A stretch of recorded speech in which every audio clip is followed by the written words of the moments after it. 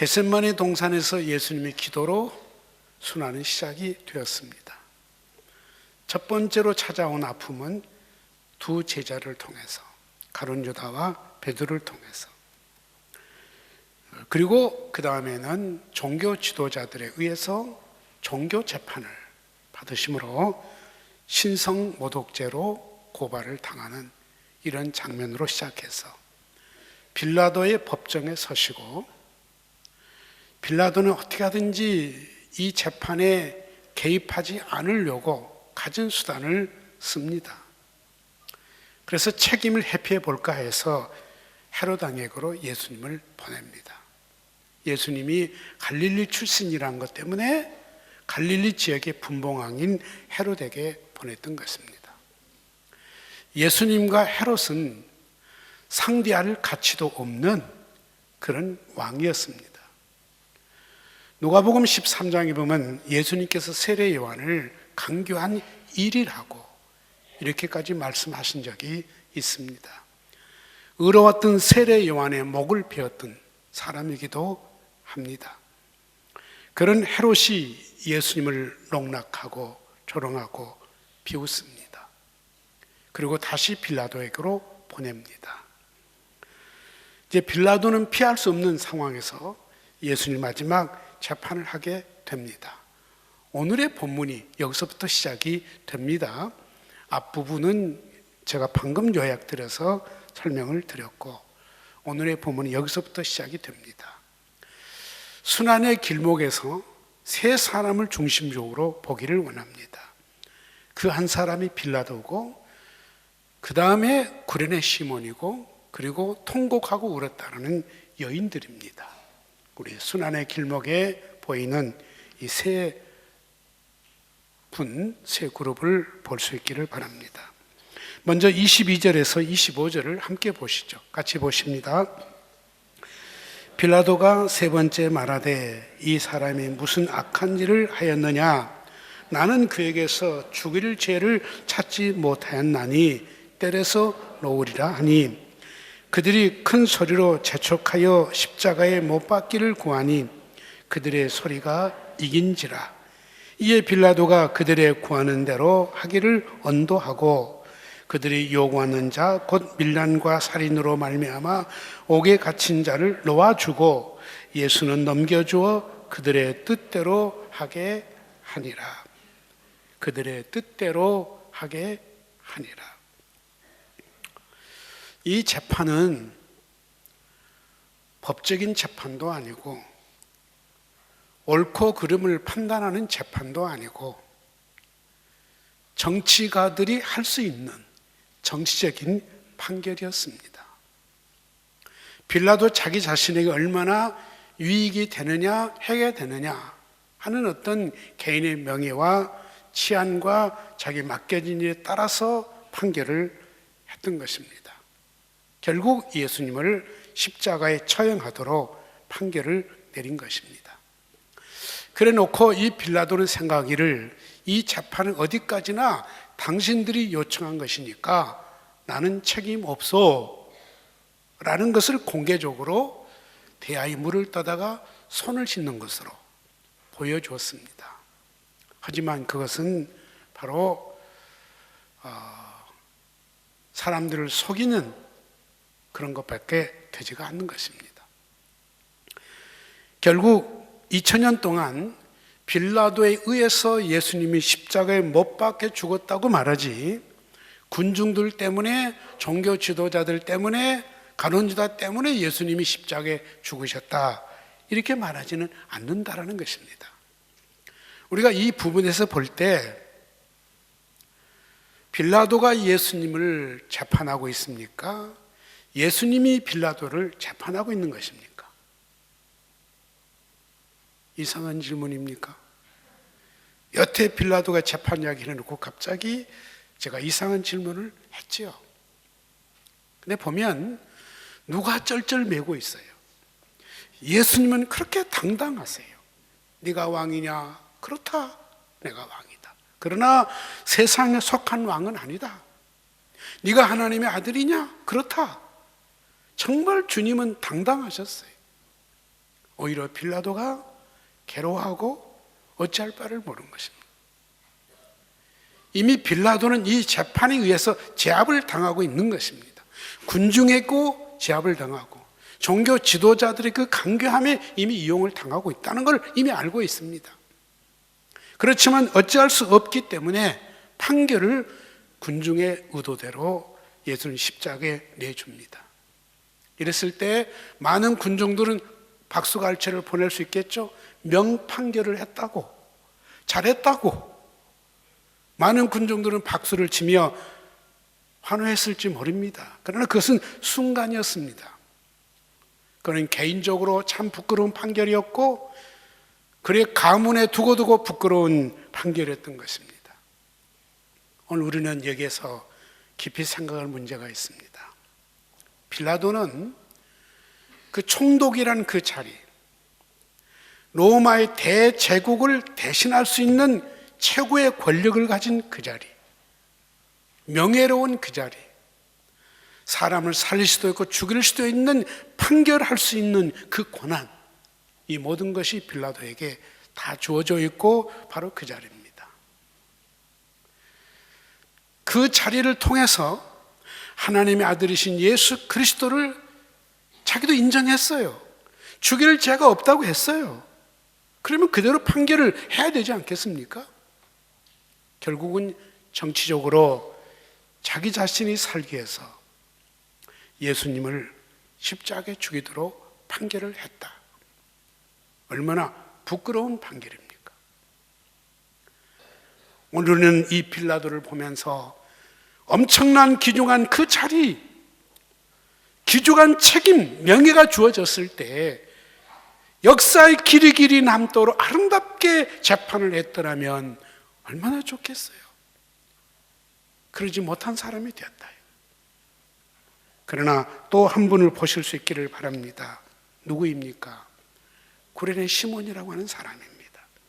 26절에 나와 있는데 그들이 예수를 끌고 갈 때 시몬이라는 구레네 사람이 시골에서 오는 것을 붙들어 그에게 십자가를 지워 예수를 따르게 하더라. 이 말씀을 우리가 좀 상상을 해보세요. 구레네 사람 시몬입니다. 이 구레네라는 이름은 아프리카 북부의 한 지역의 이름이랍니다. 그럼 거기 먼 곳에서 시골에서 여기까지 온 사람이라고 그랬어. 뭐하러 왔겠어요? 유월절을 지내러 온 것입니다. 종교의식을 하나 행하기 위해서 평생의 소원, 멀고도 먼 길을 따라 시간을 내고 돈을 마련하고 위험부담을 안고 왔다라는 거예요. 한 번의 유월절을 위해서 엄청난 대가를 지불하고 아무런 조건 없이 신앙심 하나로 여기까지 왔다라면 얼마나 좋은 사람입니까? 오늘 우리에게 빌라도가 아닌 구레네 시몬 같은 이런 마음이 있기를 바라는 거예요. 아멘입니다. 유월절 지내러 왔다가 예수님이 십자가를 메고 골고다를 향해 가시는 이 장면을 보게 되신 것입니다. 보고 싶어서 본 게 아닙니다. 지나가다가 보게 된 것입니다. 그런데 갑자기 로마 병장이 와가지고 너 이리 나와봐. 십자가 매. 이유 없습니다. 할래 안 할래 물어볼 기회도 없습니다. 선택의 여지도 없습니다. 무조건 매라는 거예요. 여기서 거부할 사람은 아무도 없습니다. 제가 짐작한데 아프리카에서 왔던 흑인이지 않았을까? 눈에 띈 사람, 만만한 사람, 그리고 건강한 젊은이, 그게 구레네 시몬이었을 것입니다. 십자가를 매게 되었습니다. 얼마나 억울한 일입니까? 이러자고 내가 유월절 지키겠다 이래서 온 게 아닌데 내가 왜 이런 일을 당해야 돼? 내가 왜 뽑혀야 돼? 이 수치스러운 십자가를 내가 져야 돼. 얼마든지 그렇게 할 수 있었을 것입니다. 그렇다면 십자가를 내려놓을 때까지, 주님이 달릴 때까지 끝까지 그 마음을 가졌다라면 구레네 시몬 역시 빌라도와 똑같이 불쌍한 사람이 되었을 것입니다. 평생 동안 그 수치스러운 이야기, 꺼내기도 싫은 이야기 마음에 간직하고 살았을 것입니다. 돈 들이고 시간 들이고 예루살렘까지 갔는데 나는 이런 일을 당했다고. 내 인생이 정말 재수 없는 사람이라고. 하나님 은혜가 없는 사람이라고. 이러고 구레네 시몬이 평생을 살았다고 여러분 가정을 해보세요. 얼마나 불쌍한 사람입니까? 빌라도는 단테 신곡에 보면 지금도 지옥에서 대야에다 손을 씻고 있대요. 내 탓하시라고. 얼마나 불쌍한 사람. 그러나 이 구레네 시몬을 보시기를 바랍니다. 마가복음 5장 15장 21절에 구레네 시몬의 이름이 기록되어 있습니다. 그리고 두 아들이 있었다고 소개됩니다. 이 십자가를 지는 것 때문에 구레네 시몬이 성경 이름이 또 기록이 되어 있고 두 아들을 소개합니다. 로마서 16장 13절에 보면은 루포와 그의 어머니에게 문안하노라. 그럼 루포가 누군가니? 구레네 시몬의 두 아들인데 알렉산더와 루포가 있는데 그 중에 하나예요.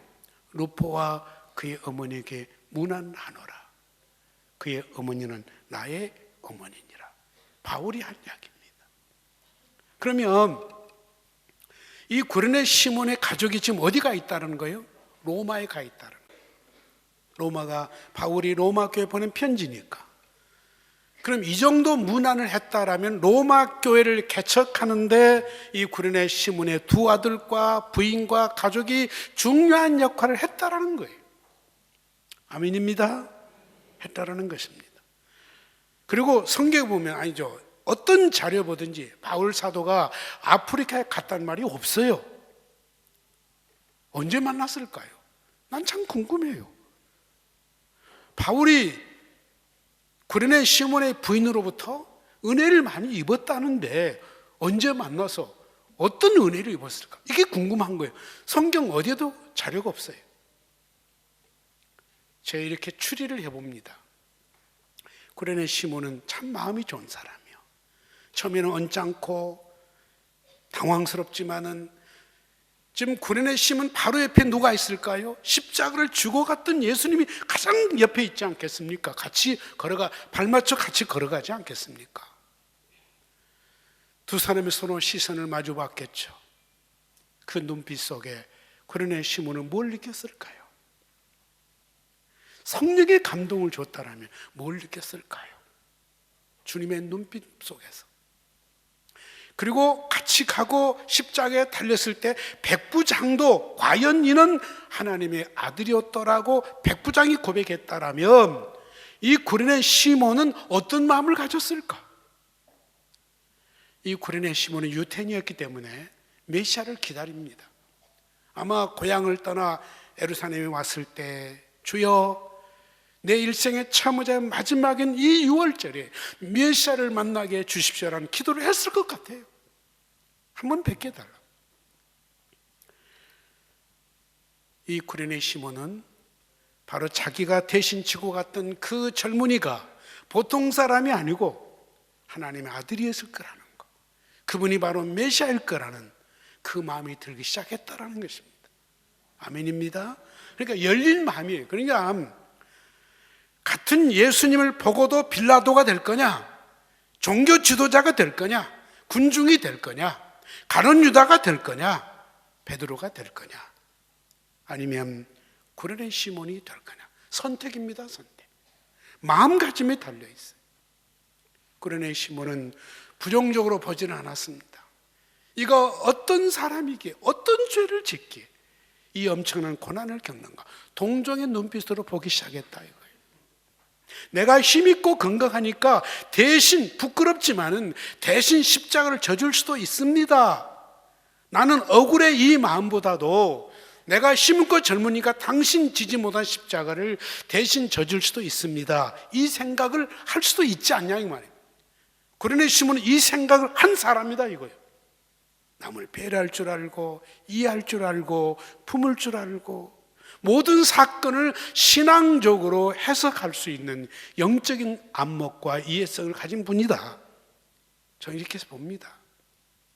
그러므로 이분은 바로 고향으로 돌아가지 아니하고 3일이 지나 예수님의 부활한 소식을 들었을 것이고, 그 소식을 듣고 바로 고향에 돌아가지 않았더라면 틀림없이 예수님이 승천할 때 보았던 500문도 가운데 이 구레네 시몬도 같이 있었지 않았을까?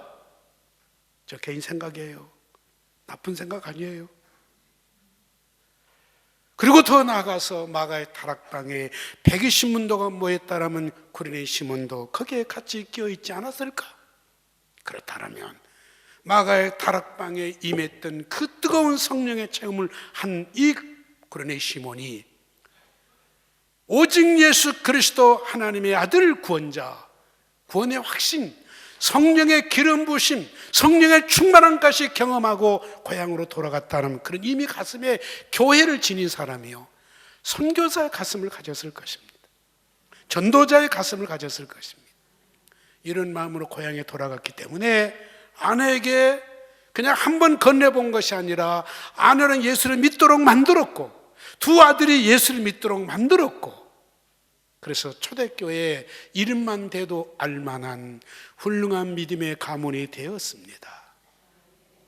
그래서 바울이 편지를 쓰면서 루포와 루포의 어머니에게 문안하노나 그의 어머니는 나의 어머니입니다, 이리 말하게 되었다라는 거예요. 아멘입니다. 여러분, 빌라도의 후예들이요 구레네 시몬의 후예들입니까? 여기 빌라도 후예라면 여기 있을 리가 없지요. 그죠? 우리는 알든 모르든 여러분은 바로 구레네 시몬의 그 후예들입니다. 아멘입니다. 우리가 예수 믿고서 예수 믿었습니까? 하나님 은혜죠. 구레네 시몬은 하나님 은혜를 입은 사람이에요. 왜 이런 일이 했는데 신앙으로 수용을 하고 끝까지 감당하고 관심을 갖다 보니까 그분이 메시아더라는 거예요. 바로 그 자리. 그러니 예수님이 십자가를 내가 대신 지고 갔다, 자식들에게 이 이야기를 해줄 때 얼마나 자랑스러운 일이냐 그 말이에요. 가장 부끄러웠던 그 일이 가장 자랑스러운 일이고, 가장 저주라고 생각했던 십자가가 가장 축복으로 가슴에 와닿는 사람이 되었다라는 거예요. 이게 구레네 시몬이었다는 거죠. 오늘 우리도 마찬가지라고요. 이게 아브라함의 이야기입니다. 갈대아 우리에 있던 아브라함 하나님이 찾아오셔. 일방적입니다. 고향을 떠나. 이유 설명 없습니다. 기분 좋아서 떠난 게 아니래요. 안 떠나면 죽을까 싶어서 떠났대요. 가다 보니까 젖과 꿀이 흐르는 가나안 땅이었대요. 나중 보니까 믿음의 조상이 됐대요. 아멘도 안 해요? 이게 구레네 시몬의 이야기가 똑같은 배경 이야기 아니냐는 이야기. 성경에 나오는 모든 분들의 이야기가 다 이런 스토리를 가지고 있어요. 하나님 은혜라는 거예요. 아멘입니다. 베드로를 보세요. 어부잖아요. 비린내 끈한 사람, 조상 대대로 고기만 잡아먹고 사는 사람, 꿈을 꿔도 고기, 걸어가도 고기, 밥싸기도 고기, 팔아먹는 것도 고기, 그러잖아요. 그날 또 고기를 잡고 그물을 싣고 있는데 주님 오셨다잖아요. 베드로야, 나를 따르라. 너무 일방적인 거예요. 네가 나를 따르면 사람 낚는 어부가 되게 하리라. 그랬더니 이게 믿음. 베드로를 보세요. 아무런 이유를 달지 않고 다 버려두고 주님을 따랐다라는 거예요. 아멘. 이게 믿음인 거예요. 얼마나 순수한 사람입니까? 얼마나 단순한 사람입니까? 생면부지에 만나는 젊은이에게 자기 인생을 맡길 만한 사람, 대단한 사람입니다. 구레네 시몬과 같은 사람입니다. 그랬더니 나중에 수제자가 되었고 사도가 되었다 이거예요. 아멘입니다. 성경 가운데 가장 자랑스러운 이름이 된 것입니다. 마지막 하나 더 말씀을 드리면 27절에 순환의 길목에 여인들이 통곡하고 웁니다. 여기 통곡이란 뜻은 누가복음 8장 52절에 나인성 과부가 아들의 그 상녀를 보면서 통곡했던 그 단어와 똑같은 단어이랍니다. 사랑하는 가족의 시신 앞에서 통곡하는 울음이에요. 보통 울음이 아니란 이야기예요. 그러니까 처음에는 속으로 훌쩍거렸겠죠. 참아보려고. 근데 나중에는 그 훌쩍거림이 통곡으로 나오는데 참을 수가 없는 거예요. 옆에 로마 병정이 있든 제사장이 보고 있든 그들의 절교들이 보고 있든 관계없어.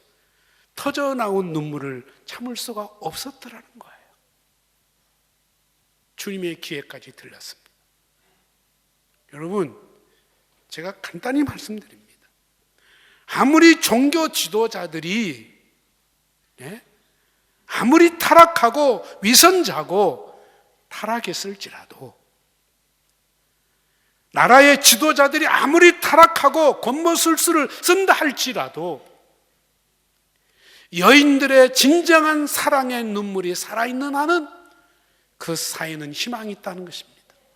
정화시킬 능력이 정치가에게 있는 것이 아니고 종교 지도자에 있는 것이 아니고 진실한 구레네 시몬과 같은 대신 십자가를 져줄 수 있는 사람, 안타까워 힘이 없어 통곡하며 울어줄 수 있는 그 눈물이 있는 이 사회가 건강해질 수 있다는 거예요. 이게 희망이라고 하는 것입니다. 우리는 기도할 수 있기를 바랍니다. 우리 자신을 위해서 기도합시다. 아멘. 성도와 직분의 이름을 맡겨줬으면요, 십자가를 지세요. 내가 왜 이거 져야 돼? 믿음 떨어져요. 자기 영혼이 죽더라고요. 왜 내가 이걸 해야 되지? 구레네 시몬처럼 왜 내가 십자가를 이해가 되지 않지만은, 왜 내가 주님을 따라야 되느냐고 이해가 되지 않지만 따라보면 힘이 생기고 믿음이 생기고 영역이 생기게 되고 지혜가 생기게 된다라는 거예요. 이게 믿음의 원리라는 것입니다. 이렇게 되기를 주님의 이름으로 축복합니다. 아멘입니다. 여러분은 대단하신 분들입니다. 이 자리가 무슨 자리예요? 이 시간이 무슨 시간이에요? 하나님이 주신 시간이고 하나님이 내게 주신 자리예요. 아멘. 잘 쓰세요. 은혜 받는 자리, 하나님을 만날 수 있는 자리, 제가 선포한 이 말씀이 여러분의 가슴에 내 마음으로 와 닿을 수 있는 이 자리, 은혜 받으면 돼요. 네? 힘이 생기는 거예요. 어떤 고난도, 어떤 아픔도, 어떤 수치도 이겨낼 수 있음을 믿습니다. 이렇게 되기를 진심으로 축복합니다.